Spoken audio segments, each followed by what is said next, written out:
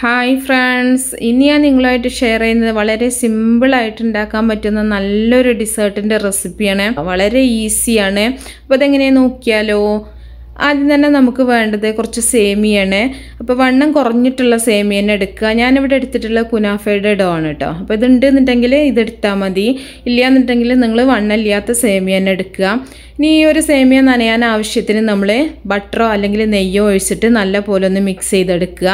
Butter ആണെങ്കിൽ നന്നായിട്ടൊന്ന് ഉരുക്കിയെടുത്താൽ മതി, ചൂടാക്കിയിട്ടെടുക്കുക. അപ്പോൾ കുറച്ച് ഒഴിക്കുമ്പോൾ തന്നെ നമുക്ക് നല്ല പോലെ തന്നെ നനഞ്ഞ് കിട്ടും. ഇല്ലയെന്നുണ്ടെങ്കിൽ നെയ്യ് എടുക്കുക കേട്ടോ, ഓയിൽ എടുക്കരുത്. ഓയിൽ ചെയ്യുമ്പോൾ അത്രയും ടേസ്റ്റ് ഉണ്ടാവില്ല.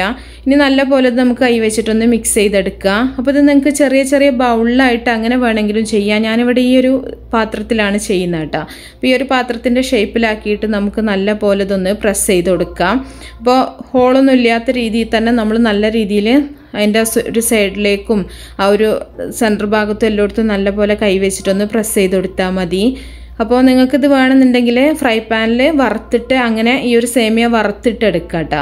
ഞാനിവിടെ ഇതുപോലെ പ്രസ് ചെയ്തിട്ട് ഓവനിൽ വെച്ചിട്ടൊന്ന് ബേക്ക് ചെയ്തെടുക്കുകയാണ് ചെയ്യുന്നത്. ബേക്ക് ചെയ്തെടുക്കണമെങ്കിൽ വളരെ കുറഞ്ഞ സമയം കൊണ്ട് തന്നെ നമുക്ക് ചെയ്യാൻ പറ്റും.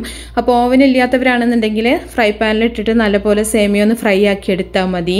ഇതിൽ നമുക്ക് പാലോ പഞ്ചസാരയോ ഒന്നും ചേർക്കേണ്ട ആവശ്യമില്ല കേട്ടോ, തന്നെ അങ്ങോട്ട് ഫ്രൈ ആക്കി എടുത്താൽ മതി.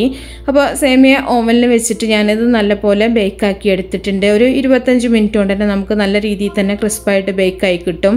ഇനി നമ്മൾ നേരത്തെ റെഡിയാക്കി വെച്ചിട്ടുള്ള കസ്റ്റർഡാണ് ഇതിലേക്ക് ഇട്ട് കൊടുക്കുന്നത്. അപ്പോൾ പാലും കസ്റ്റർഡ് പൗഡറും പഞ്ചസാരയും കൂടെ നല്ലപോലെ കുറുക്കിയെടുത്തിട്ട് തണുപ്പിച്ചെടുത്തിട്ടുള്ളതാണ് കേട്ടോ. അപ്പോൾ കസ്റ്റർഡ് ഉണ്ടാക്കുന്നത് ഞാൻ കാണിച്ചിട്ടില്ല, ഒരുപാട് തവണ കാണിച്ചിട്ടുണ്ട് നമ്മൾ, പിന്നെ എല്ലാവർക്കും അറിയുന്ന കാര്യം തന്നെയാണ്, അതുകൊണ്ടാണ് കാണിക്കാത്തത്.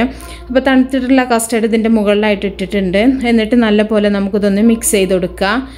അപ്പോൾ നന്നായിട്ട് തണുപ്പിച്ചിട്ട് തന്നെ യൂസ് ചെയ്യുക കേട്ടോ. നല്ല തണുപ്പിച്ചിട്ട് കഴിക്കുകയാണെങ്കിലാണ് ഇത് എപ്പോഴും നല്ല ടേസ്റ്റ് ഉണ്ടാവുള്ളൂ. ഇനി ഇതിൻ്റെ മുകളിലായിട്ട് നമ്മൾ കുറച്ച് ഫ്രൂട്ട്സാണ് ഇട്ട് കൊടുക്കുന്നത്. അപ്പോൾ നിങ്ങൾക്ക് ഇഷ്ടമുള്ള ഏത് ഫ്രൂട്ട്സും ഇതിലേക്ക് ചേർത്ത് കൊടുക്കാം. അതൊക്കെ നിങ്ങളുടെ ഇഷ്ടം പോലെ ചെയ്താൽ മതി. ഞാൻ കുറച്ച് ഫ്രൂട്ട്സ് മിക്സ്ഡ് ആക്കിയിട്ടാണ് ചേർത്തിട്ടുള്ളത്. അപ്പോൾ നിങ്ങൾക്ക് വേണമെങ്കിൽ ഒരു ഫ്രൂട്ട്, ഇപ്പോൾ മാങ്ങയോ പഴമോ അങ്ങനെയൊക്കെ വേണമെന്നുണ്ടെങ്കിൽ അത് മാത്രമായിട്ടും ഇതിൽ ചേർത്ത് കൊടുക്കാം. അപ്പോൾ നിങ്ങളുടെ കയ്യിലുള്ള എല്ലാ ഫ്രൂട്ട്സും വേണമെങ്കിൽ ഇതിൽ മിക്സ് ചെയ്ത് കൊടുക്കുക. അപ്പോൾ അതൊക്കെ ഓരോരുത്തരുടെ ഇഷ്ടം പോലെ ചെയ്യാം. അപ്പോൾ ഫ്രൂട്ട്സ് അത്യാവശ്യത്തിന് നല്ലപോലെ ആക്കിയതിന് ശേഷം നമുക്കിതിൻ്റെ മുകളിലായിട്ട് കുറച്ച് നട്ട്സ് ഒന്ന് പൊടിച്ചതും കൂടെ മുകളിലായിട്ടൊന്ന് സ്പ്രെഡ് ചെയ്ത് കൊടുക്കാം. അപ്പോൾ അണ്ടിപ്പരിപ്പും ബദാമും കൂടെ ഒന്ന് പൊടിച്ചെടുത്തിട്ടുള്ളതാണ്, അതും കൂടെ ഇതിൻ്റെ മുകളിലായിട്ട് ഇട്ട് കൊടുക്കുന്നുണ്ട്. ഇനി ഇതിൻ്റെ മുകളിൽ നിങ്ങളുടെ ഇഷ്ടത്തിനനുസരിച്ചിട്ട് ചോക്ലേറ്റിൻ്റെ സോസോ അല്ലെങ്കിൽ ചോക്ലേറ്റോ വിപ്പിംഗ് ക്രീമോ അല്ലെങ്കിൽ ഫ്രഷ് ക്രീമോ ഒക്കെ ഇതുപോലെ ഒന്ന് ചേർത്തിട്ട് കഴിക്കുകയാണെന്നുണ്ടെങ്കിൽ കൂടുതൽ ടേസ്റ്റാണ്. ഇനി ഒന്നുമില്ലെങ്കിലും അതുപോലെ തന്നെ നമുക്ക് മിക്സ് ചെയ്തിട്ട് കഴിക്കാൻ സൂപ്പർ ടേസ്റ്റാണ് കേട്ടോ. അപ്പോൾ അതിൻ്റെ ആ ഒരു ബേസ് എന്ന് പറഞ്ഞാൽ നല്ല ക്രിസ്പി ആയിട്ടുള്ള നല്ല സേമിയയുടെ ആ ഒരു ബേസാണ്. അപ്പോൾ നല്ല ടേസ്റ്റാണ്, എല്ലാവരും ഉണ്ടാക്കി നോക്കുക. ഇഷ്ടപ്പെട്ടാൽ ലൈക്ക് ചെയ്യുക, അതുപോലെ ഷെയർ ചെയ്യുക. അപ്പോൾ നല്ല നല്ല റെസിപ്പികളൊക്കെ ആയിട്ട് നമുക്ക് അടുത്തൊരു വീഡിയോയിൽ കാണാം. ഓക്കേ.